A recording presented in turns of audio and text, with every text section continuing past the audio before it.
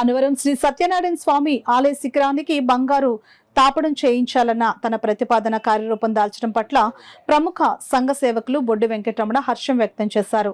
Kakinada collectorate ప్రాంగణంలో ఆయన మీడియాతో మాట్లాడారు. ఇది నేను 15 years బ్యాక్ చెప్పగా అప్పటి ఎగ్జిక్యూటివ్ ఆఫీసర్ గారు రినోవేషన్ అయిన తర్వాత మేము బంగారపోత పూయిస్తామని బొడ్డుకు హామీ ఇచ్చారు. అయితే గోల్డ్ బంగారపు కిరీటం పెట్టాలని వజ్ర కిరీటం నేను పెట్టించడం, నన్ను సత్కరించడం జరిగింది. నావాలు శంకు చక్రం కూడా పెట్టించడం జరిగింది.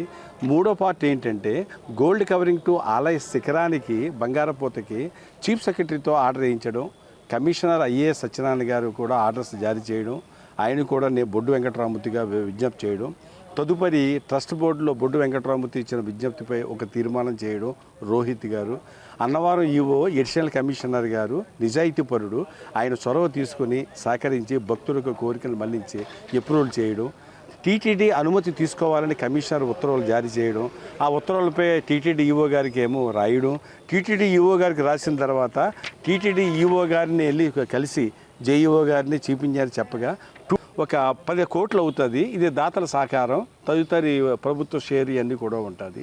అయితే ఒక సామాన్యమైన భక్తుడిగా ట్రస్ట్ బోర్డు మెంబర్ కాదు, నేను ఏమీ కాదు, కాకినాడలో ఒక పాత్రికేయుడిని, ఒక సోషల్ వర్కర్ని, ప్రభుత్వ ఆసుపత్రి మెంబర్ని, నేను ఒక సామాన్యుడిగా చేసిన పని భగవంతుని అనుగ్రహం, పాత్రికేయుల సహకారానికి నేను ధన్యవాదాలు తెలియజేసుకుంటూ